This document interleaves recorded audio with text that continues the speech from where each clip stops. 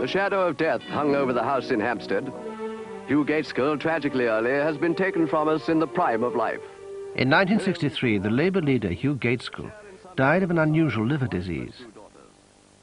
Harold Wilson, then 46, was a front-runner to succeed him. Isn't it going to be very important to elect his successor as quickly as possible?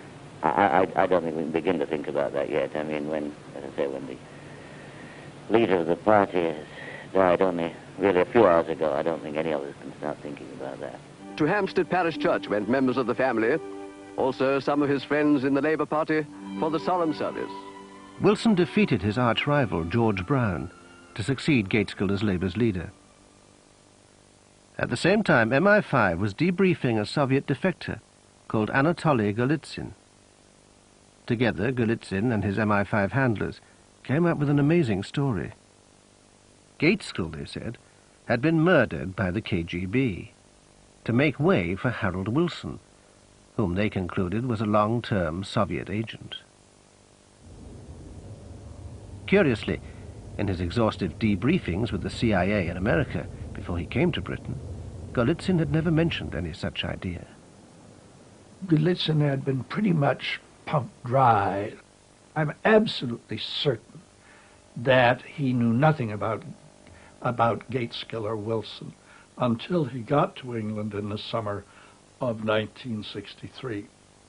I think he learned about them there locally from his British colleagues, from the British officers who were working with him.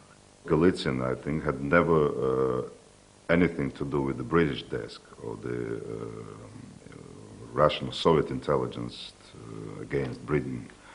And that's why it's the assumption that he used to know everything what's happening in Britain. It's ridiculous, really. Golitsyn and his MI5 interrogators had woven rumor, false leads, and fantasy to create an extraordinary theory. But according to the KGB, MI5 must have known the theory was impossible. Already in '59, and the British knew this perfectly well from their agents, already there was a decision of the political bureau of the Communist Party not to kill anybody. Not because they were very nice, simply because all the killers defected after that. You see?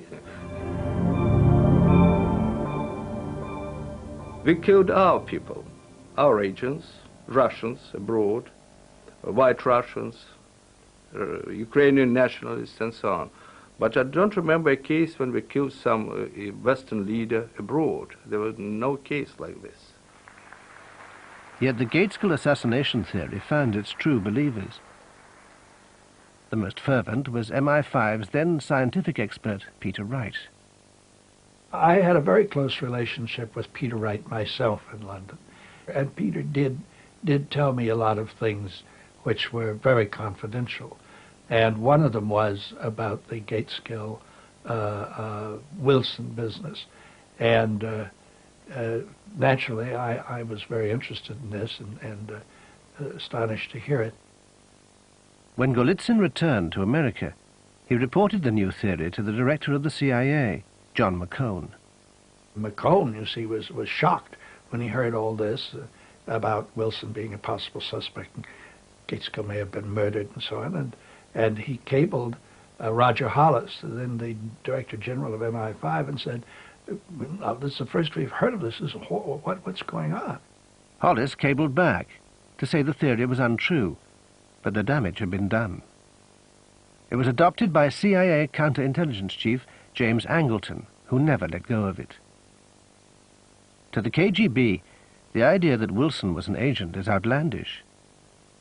He is very much like a fox, and I've met myself Wilson many times in the embassy and at some private parties, and well, as I looked at him personally, I understood perfectly well that he is, as we say, unrecruitable person, unrecruitable.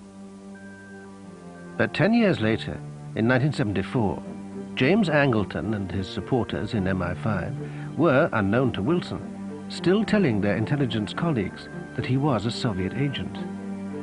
In the secret world, reality was being confounded. It's generally accepted practice for intelligence services throughout the world not to comment on the question of attribution of any person to intelligence service. But in this particular case, I want to make it absolutely clear that Harold Wilson, the former Prime Minister of Great Britain, had nothing to do with the KGB or Russian or Soviet intelligence then. Far from cooperating with the KGB, Wilson was constantly haunted by the fear that they were after him.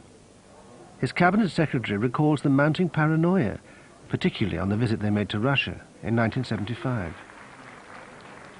He was obsessed by the fear that everything was bugged or targeted, and he would go to inordinate lengths to sort of turn on taps and lavatories and take you into corners to talk about things, and things that really didn't matter. It didn't matter whether the Russians were listening, you know, quite trivial things, but he had this obsession.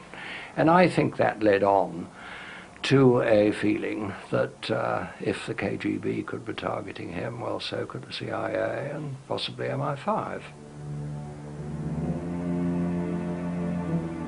Some strange events had given Wilson reason to be disturbed.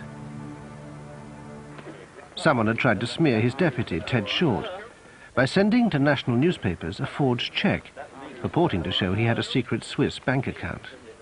We were convinced, in fact, that there was something going on outside. There was somebody who was trying to do us in. It made us very angry, and whether it sort of reduced our efficiency as ministers, I don't know. We tried not to let it do so, but it was there, of course, you know, like a big black cloud hovering over us. There'd been a spate of burglaries at the homes and offices of his staff and himself. Geoffrey Goodman was one of those burgled. Mysteriously, nothing was taken. When I mentioned the burglary to Marcia, in fact, a few days later, and to one or two other people in number 10, they said to me, well, why should you be surprised? Why should you be omitted? We've all been burgled.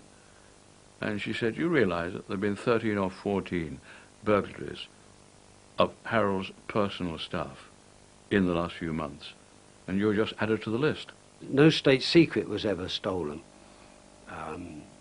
Underwear was stolen from one place.